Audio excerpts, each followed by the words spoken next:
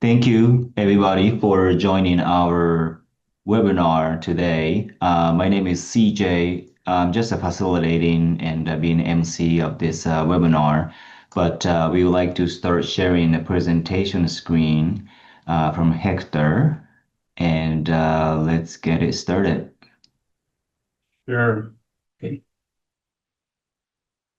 Let me get that started. Sorry, CJ, should have been ready with it. No, that's okay. Okay, great. All right, guys. Well, thanks for joining. We're going to introduce the partners first. So I'll go up first. My name is Hector Garcia. I'm the CEO of Passive Partners Capital. I am from California, from Southern California, which is where the deal is located. I grew up in Orange County. So we're really excited to bring this opportunity to you guys. I consider myself an expert in identifying commercial value-add real estate. And I'm very skilled with negotiations and just overall taking care of projects of similar size and scale. So with that, I just want to go ahead and pass on to my next partner, which is JD Singh. I'll let him introduce himself as well. Hey everyone, hope everyone's doing well. I'm JD.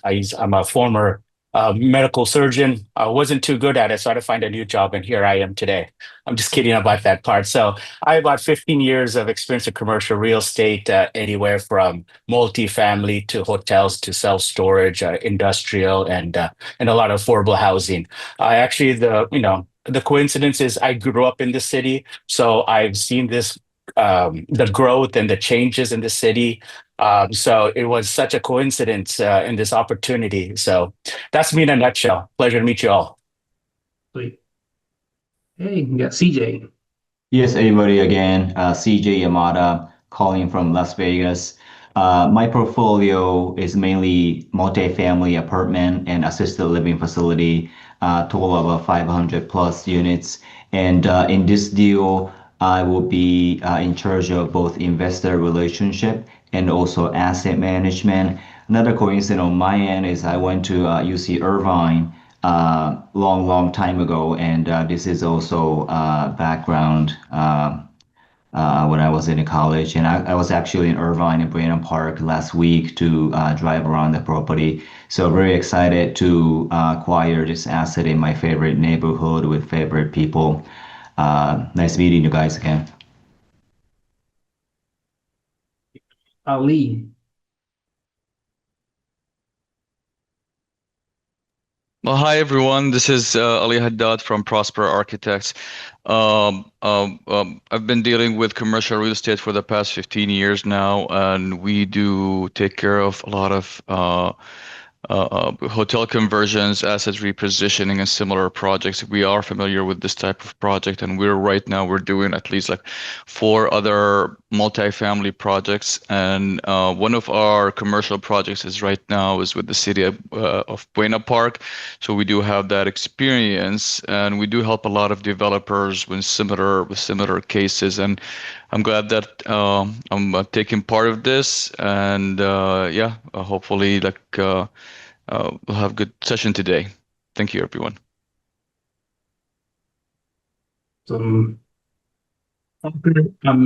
Don't believe he's in the Zoom, but he's assistant to a surgical physician. So I know he said he was going to be in surgery today and wasn't going to make it. So, but he's part of our team and is also part of investor relationships. And Fernando is also on the flight, so he wasn't able to make it.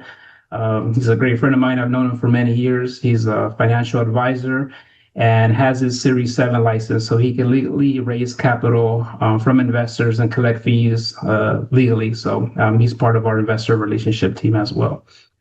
CWC is our contractor that we're working with on this hotel conversion. So their website is CWCLA. You guys can check them out there. They got $50 million worth of completed projects across California, Nevada, and Arizona, and most of those being direct hotel conversion experience. So we're really excited to have CWC in our team as our main general contractor on the deal. And then I'll pass it on to JD. The fun stuff. So the disclaimer here is we are raising for a 506B. This is limited to accredited investors and 35 sophisticated non-accredited investors. So we must have a pre-existing and substantive relationship with you. As with any investments, there's always a loss of capital, no guarantees, and any results are always subject to market conditions, external factors, delays, and stuff like that. There's always a chance of timing calls and capital calls as well. So that's just it in general. Hey, the business plan. In a nutshell, everybody's already seen this, the deck before, but what we're going to do is we're converting an existing hotel that's currently a franchise Howard Johnson hotel. We're going to reposition it into multifamily studio apartments with the goal of renting these out around $1,800 per month, which is very conservative. And we say it's conservative because we're going to be partnering with local government subsidies through Section 8, Orange County Housing Authority, VASH, which is Veteran Affairs, in the local area. So with those partnerships, we can achieve a higher rent than the $1,800. But our performance on this deck and the same deck that all of you guys have seen, our numbers are based off $1,800, which is the rent that we know we can achieve without going through the affordable housing component. So that's in a nutshell what the business plan is. Next slide. JD, you want to talk about this? So in general here, just a summary of the deal. So we're acquiring a 104 unit, 2-story exterior corridor property. Our purchase price is at about $13 million, about $125,000 per unit. And we're seeking about a $5 million raise. Minimum investment is $50,000. And we are also giving a 8% annual preferred return. We anticipate our returns, first distributions to be after 18 months and a hold-in lock-in period of 36 months. 3-year hold period. Yeah. So the hotel was built in 1968. As you know, 104 units, stucco, 35,000 square feet, 1.7 acres. The past renovation, the current owner did put solar panels, flat screen TVs, refrigerators, and some modern furniture.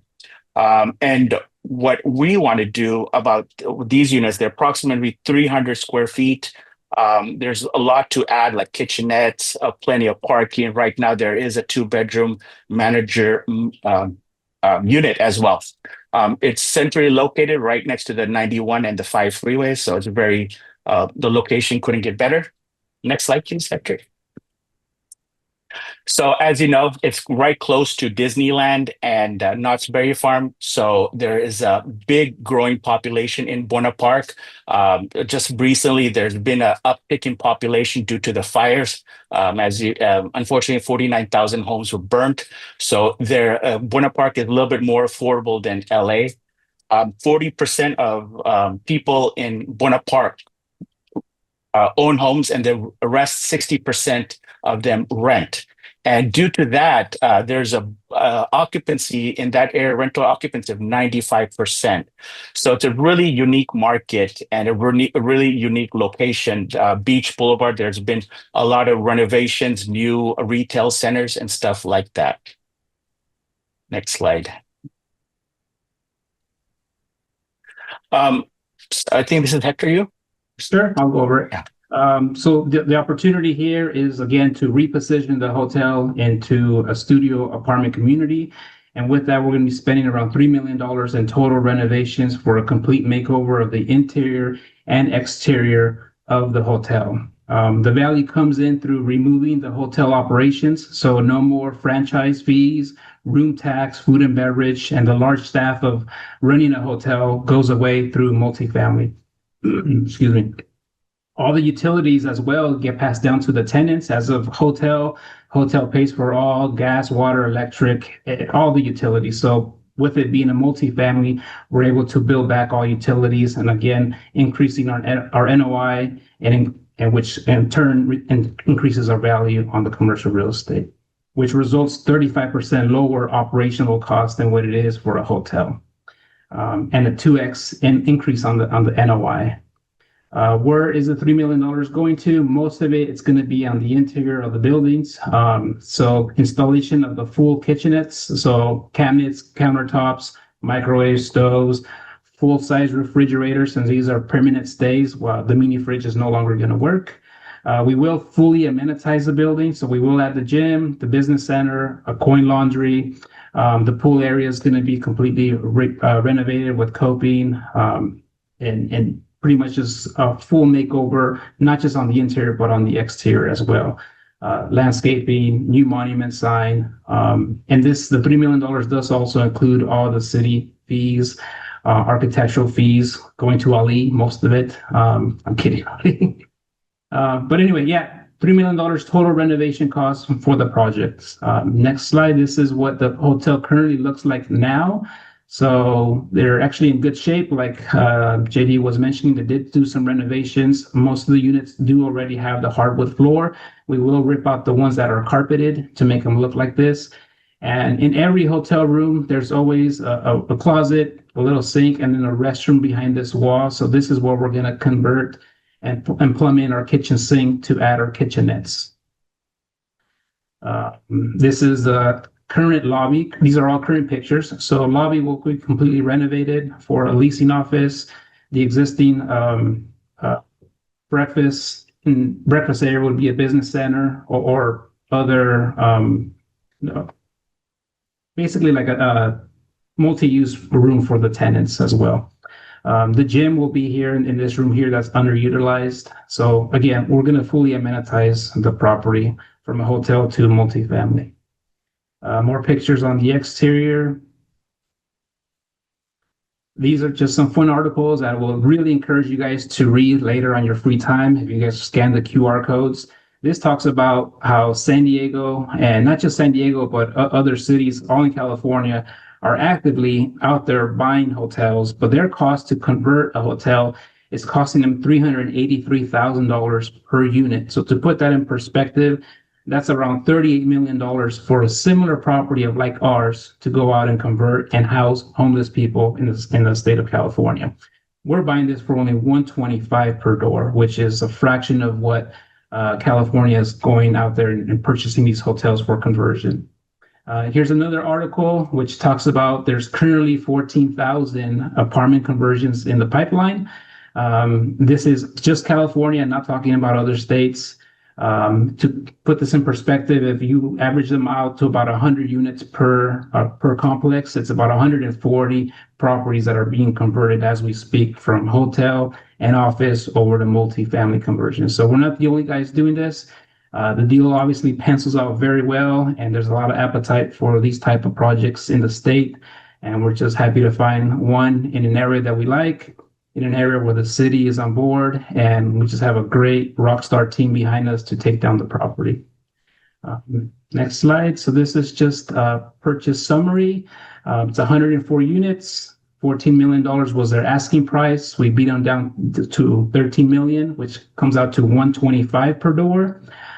Deposit in escrow is $250,000, and this is our total project cost, $17 million. The way it works out is $13 million for the purchase price, $3 million for the rehab, plus $1 million in reserves from the lender.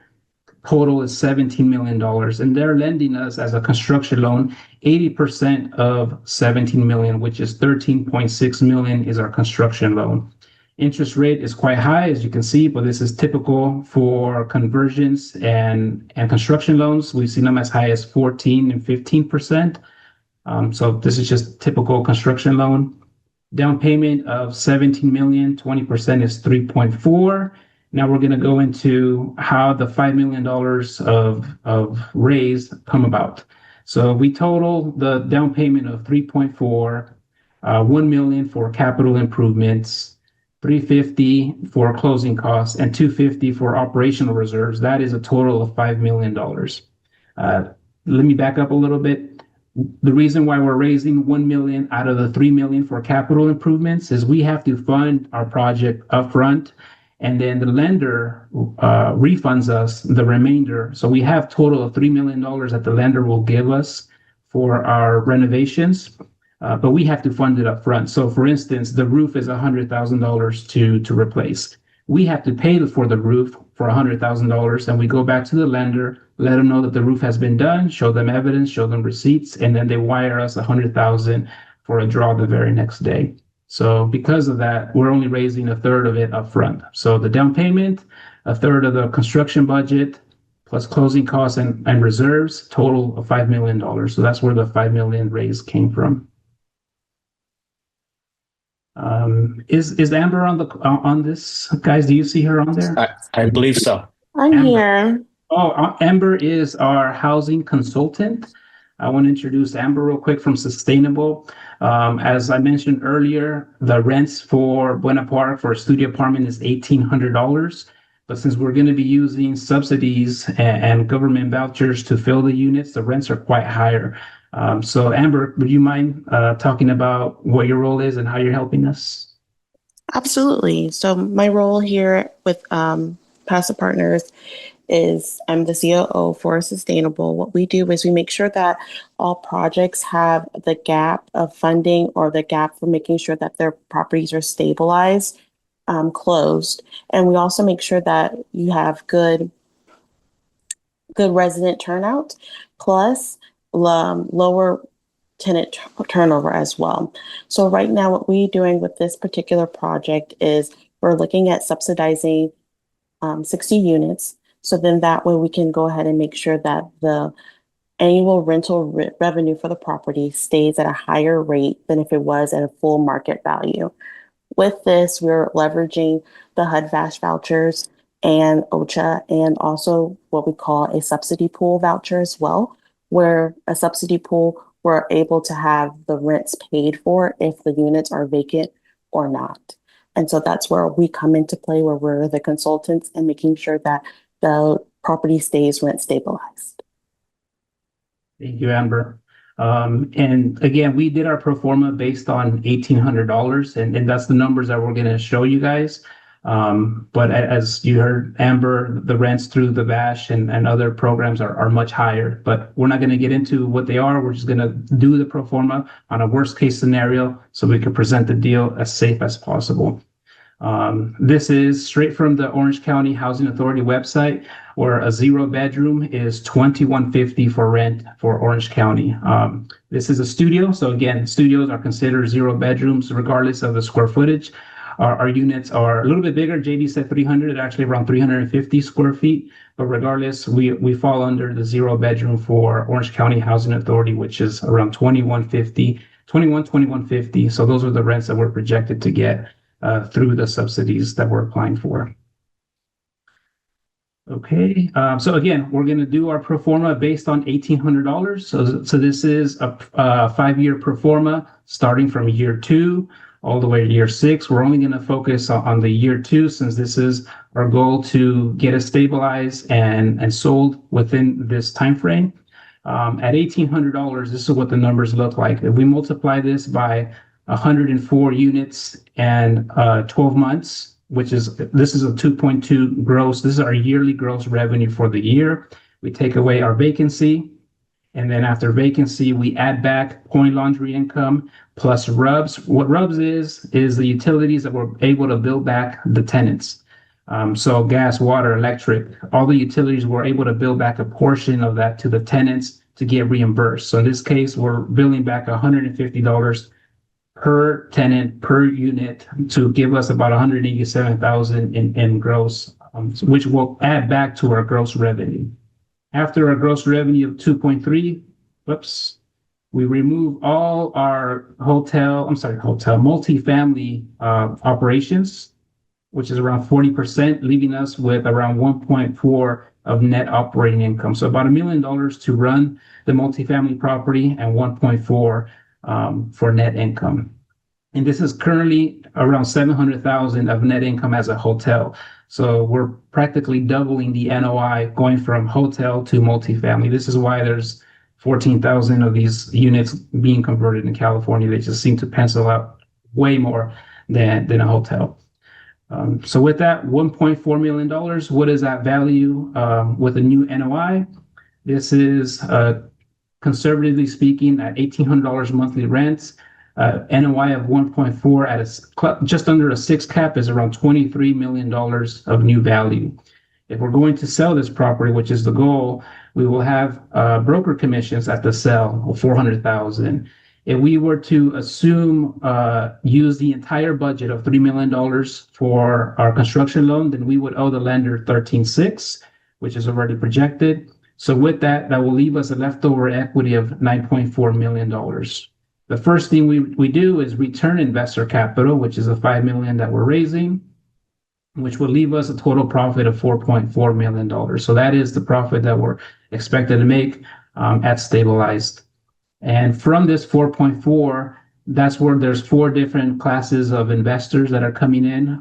The lowest class being at 50,000, jumping up to 150, 300, and 500,000. So depending on which investor class you fall in, you would share your percentage of the equity that we're going to make at the sale. Next slide. This is okay, let me go back real quick. So at $23 million, it comes out to $225 per unit. Very conservative for multifamily. Let's look at the comparable sales. So at $225, it's $100,000 more than what we're paying per unit. We're paying $125 on the buy, $225 on the exit. And these are the comparable sales just for the local area in Buena Park. There's not a whole lot of stuff trading. So we had to go back 2 years on some of these just to get comps. But there's an 88 unit that sold for $35 million. That was $397 a door. A 58 unit sold for $19 million. That was $327 a door. 24 units sold for $7.25. That was $302 a door. And the lowest comp for Buena Park was a 43 unit that sold for $11.5 million at $267 a door. And we're projecting to be conservatively selling this at $225 a door, which is the lowest comp for Buena Park. And remember, this will be fully amenitized with the gym, the laundry, the new pool, the clubhouse, fully rehab, all new kitchens, new roof, for much better condition than any of these comps that have sold previously. So we feel very, very comfortable on our exit at the $225 a door. And that's, again, remember, that's on $1,800 worth of rent. So we're definitely going to shoot for much higher than that. But just to be conservative, this is why we're showing these comps. There's 4 classes. I'll go over for the sake of time, just go over one, and then the rest, the math plays out the same. It's just different returns and if you guys have more questions, I'm free to go over this one-on-one with any one of you guys. But just to go over one of them, this is the Class A investor coming in with $500,000 minimum. Everybody, regardless whether you're coming in with $50,000 or $1 million, everybody comes in and gets an 8% annual rate of return. The first distribution is at 18 months or sooner at the 90% occupancy. So if we were to complete the project sooner, let's say I'm on 12 or 13, that's when we'll start paying our 8% distribution. $160,000 depreciation tax credit. We have our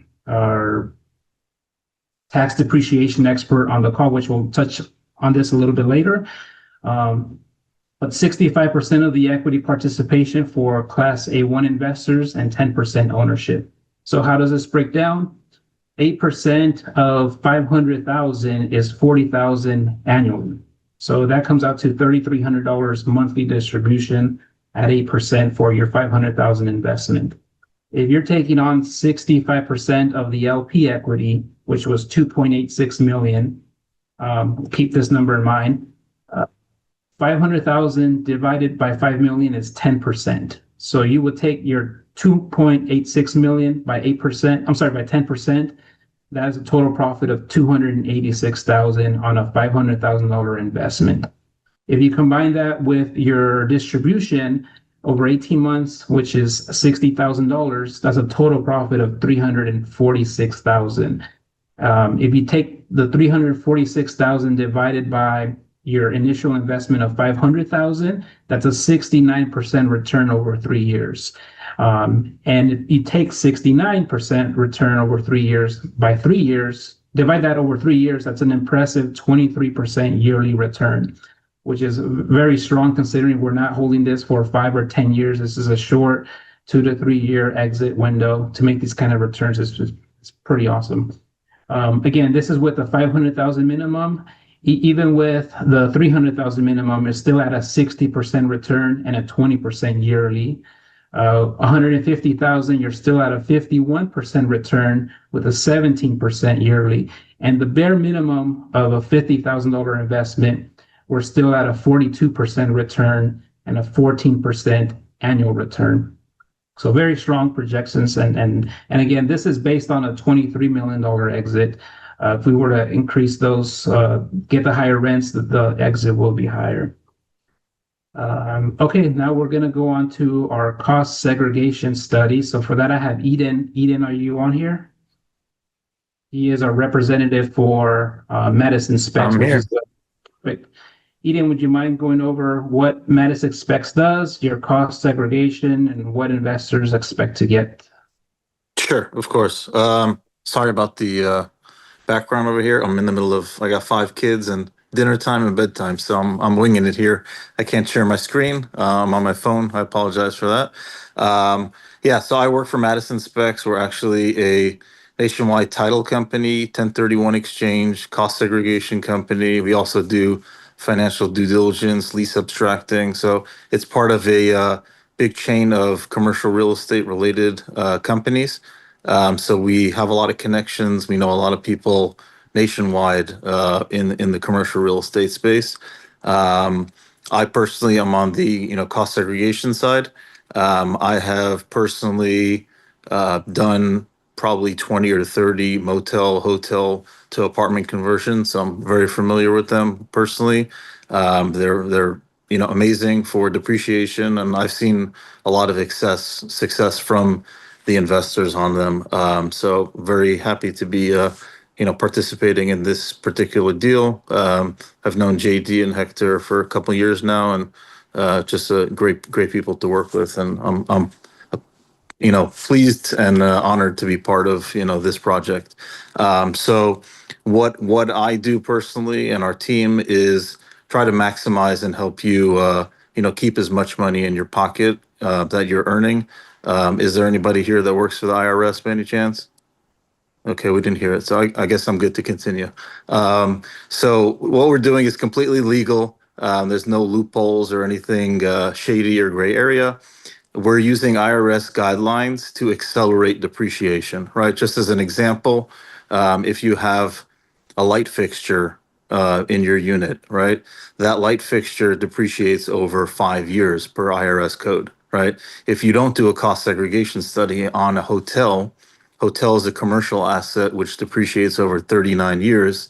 You'll be depreciating all the light fixtures, all the appliances, all the flooring, many of the items on the interior of the property over 39 years versus with a cost seg study, 5 years. That's without introducing bonus depreciation, which I'm praying nightly that the bill passes. There's different parts of the bill that are being negotiated now, but it looks like 100% bonus depreciation will pass in the next few weeks. So stay tuned for that.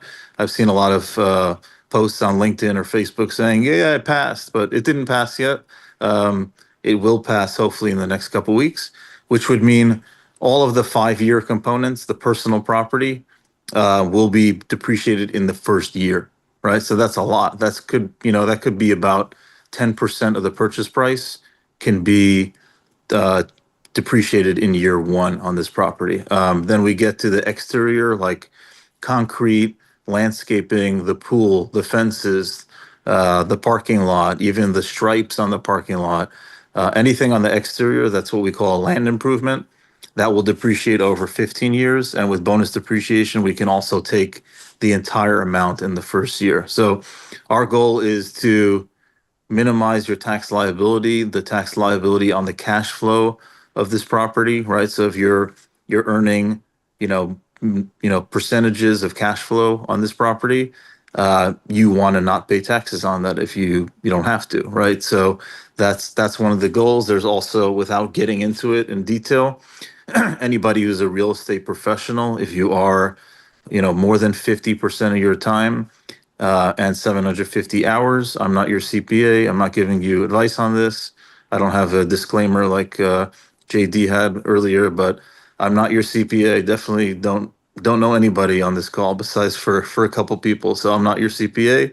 I probably will never be. And you should consult with your CPA to decide if you are qualified as a real estate professional. But if you are a real estate professional and you're looking to, maximize your, tax deductions, you can use the depreciation paper losses, as we call them, to offset yours or a spouse's income. So if anybody's married and either one of them is a real estate professional, the losses from the depreciation from the cost seg study can offset any income. So you could be selling chocolates or, be a doctor or a lawyer or whatever you are. The real estate depreciation can offset the income that you're earning or your spouse. So cost segregation obviously is a very powerful tool, probably if not number one, one of the top. I'm a little biased here, but one of the best tax saving tools for real estate investors. And the good thing about it, most of you on this call, you don't have to do much to get the tax benefits, right? By investing in a syndication, you obviously have to give up your own money and invest in the deal. Hopefully you guys are going to make a lot of money on this deal because it looks really great.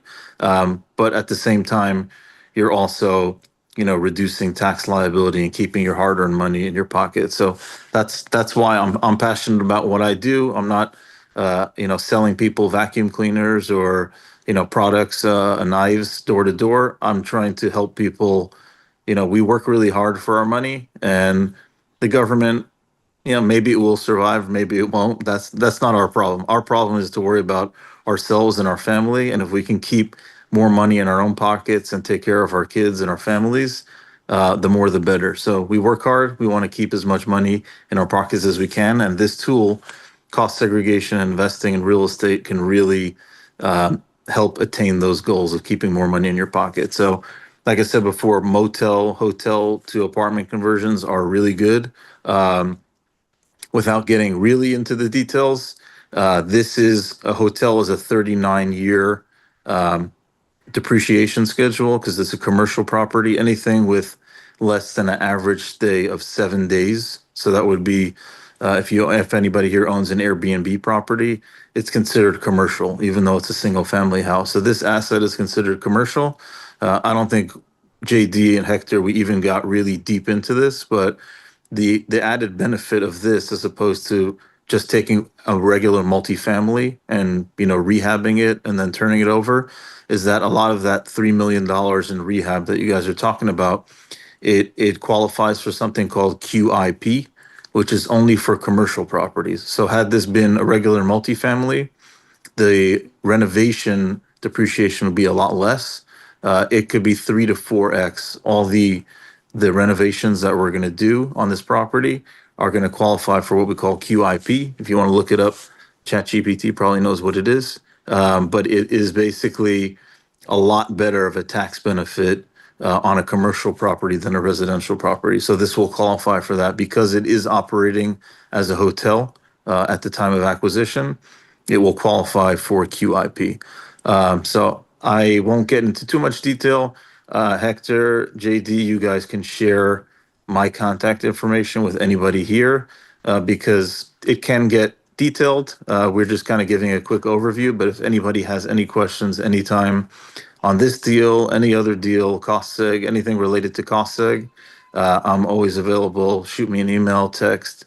I'm happy to go over the details. But this is a strong asset for accelerated depreciation, and I'm pretty confident that this deal is going to be a home run on the exit and a home run for tax savings for a couple of years for you guys. Thank you, Eden. Appreciate that. If anybody wants, this is just a snapshot of Madison's specs or Eden's proposal that he gave us. But if any of you guys want to see the full proposal that we're doing, I'm happy to send that over. And Eden's contact is on there as well. Just one quick thing before I go. The screen that you're sharing here, it says, if you guys look at it, it says first year 40%. So that number hopefully will be changing drastically to 100%. So when I sent out this proposal to you guys, I didn't want to say 100. This is also from a couple months ago, right? Or 6 weeks ago, something like that. We're getting closer to the 100% approval. So that's going to be more than 2x that first year number. So it's going to look a lot better than it does over there. And like I said before, if you want to run through scenarios, dollar for dollar, just reach out to me. I'm happy to deep dive with anyone. So you're saying we're going to get $3 million in depreciation? Could be more, yeah. And in general, our hopefully we'll find out the good way is that our proposals are very conservative. We're trying. We don't want to disappoint on the actual cost seg study. So you can assume that it's going to be more than that. It's really just a bare minimum of what we can guarantee, but it should be even more than that. Thank you, Eden. We'll let you go back to your family. Thank you. I'm hungry. It's dinner time. Take care, guys. Thank you. All right, that was awesome. Get it for Eden.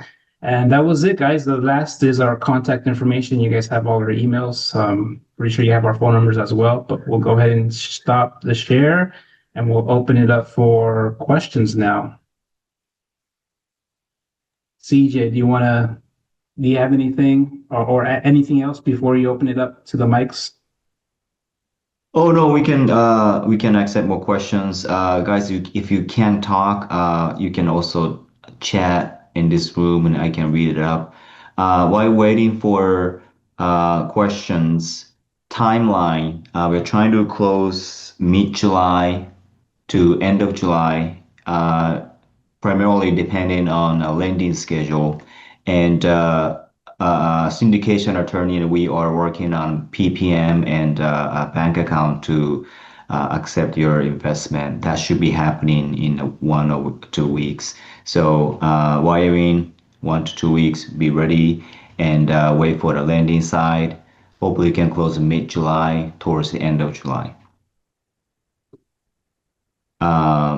Questions. Oh, I see one question.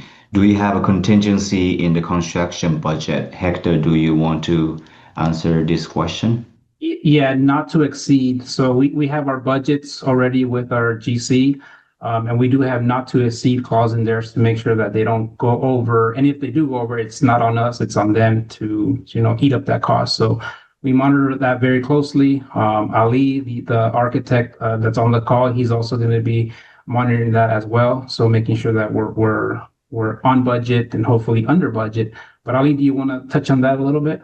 Yeah, like walking the property and reviewing the plans from various perspectives. I think the property is in a decent condition when it comes to the what could be the code variances from running a hotel to a multifamily. We already reviewed this and we saw that the building already has the main code concerns that might trigger any additional kind of expenses. I think the budget that we're allocated right now to construction is decent, and I can I can see it. I can see the actual construction cost being less than this. So yes, we do have a contingency on the construction.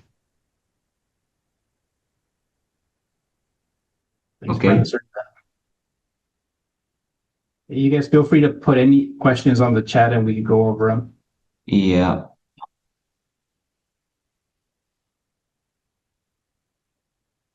Anything else?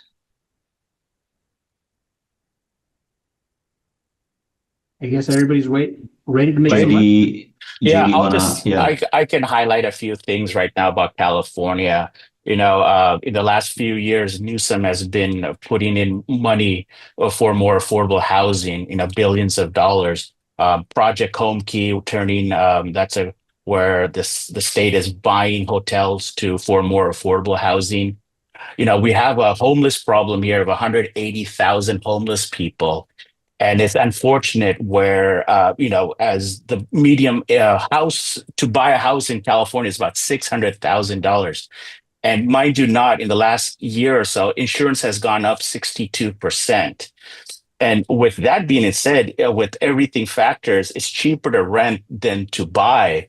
So there's so much demand in California. Newsom wants to build 2.5 homes by 2030.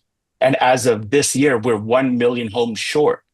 So you can imagine that the amount of demand out there for renting in Buena Park, people who are paying have a minimum wage of 16.50 have to work 2.5 jobs to make their income, their total income, which of 30, basically whatever they're making, 32% of that is going towards rent.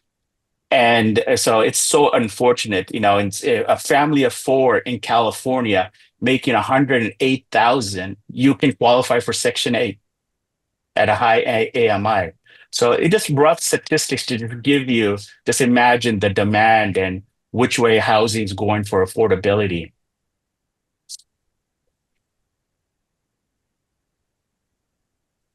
Yeah. One more question. With the recent spike in insurance costs, do you feel confident that costs covered in the budget, Hector? Yeah, we do. We have our insurance. As of right now, we're getting insurance for construction, so it's totally different as a stabilized insurance quote. But we're looking at both to make sure that is in line, and we do have that in our pro forma budgets on what we will pay for insurance once it's stabilized. But as of right now, we're getting a builder's risk insurance, which is totally different as a stabilized multifamily insurance.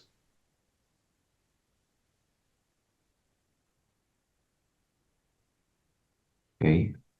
Anything else?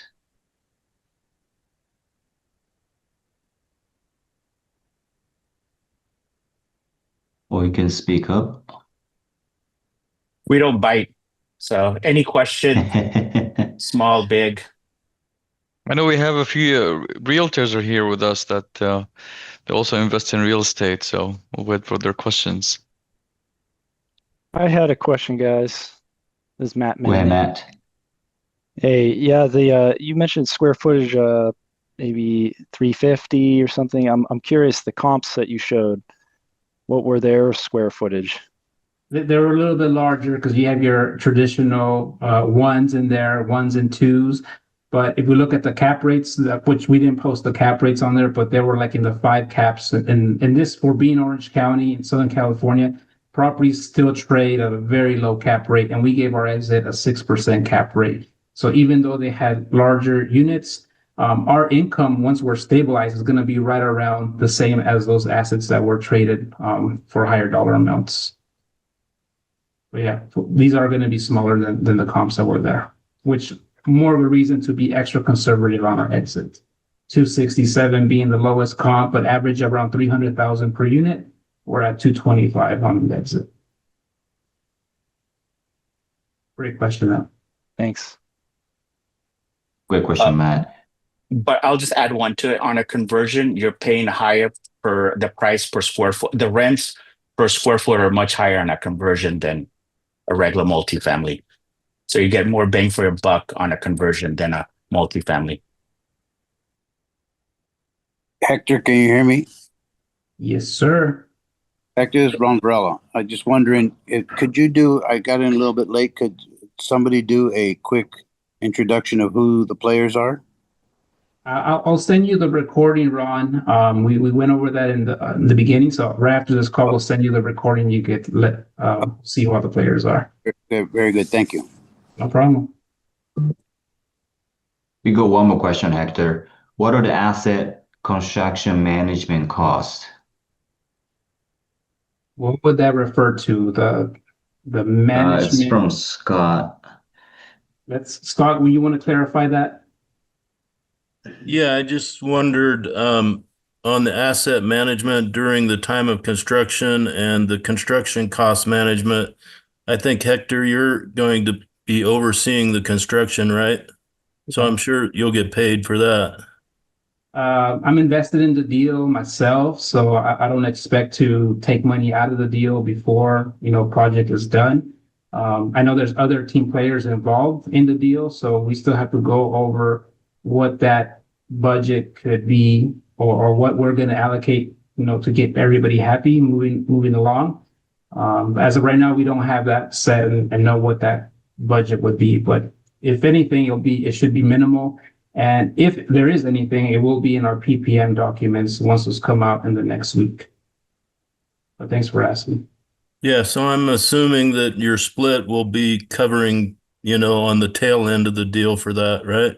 Correct. Yes. Yeah. So we have the LP investors and then the GP will take a split at the end. So that's where the splits were at 65, 35, 55, 45. So it depends on where you come in. You take your LP split and then the GP team takes the rest. And then us as a GP team, we already have identified who's taking on what role and what percentages we're going to take. But up front, I could tell you I haven't really talked about any percentages or asset management fees from the beginning. Once it's stabilized, that's a different story. But as of right now, can't answer that truthfully.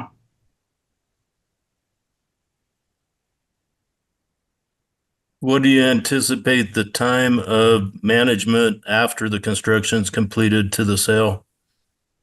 Great question. So we're being conservative and we're assuming, extra conservative, this is going to take 12 months to do the construction.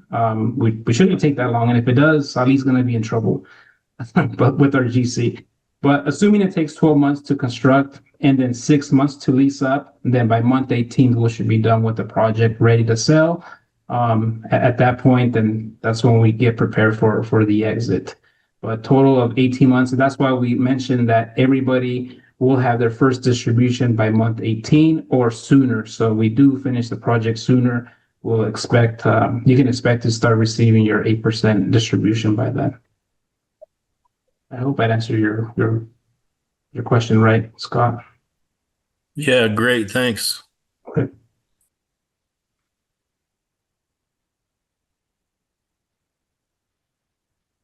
Anybody?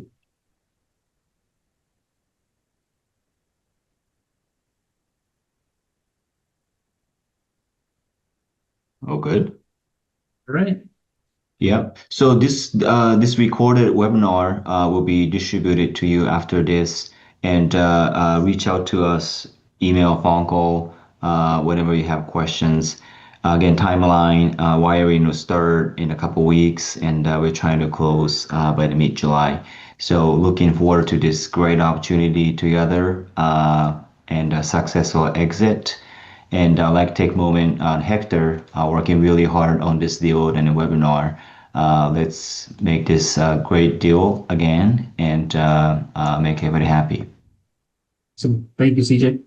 Thank All you right. everybody for joining. Thank you, everybody. Have a great evening. Thank Thank you. you, everyone. Good night, everyone.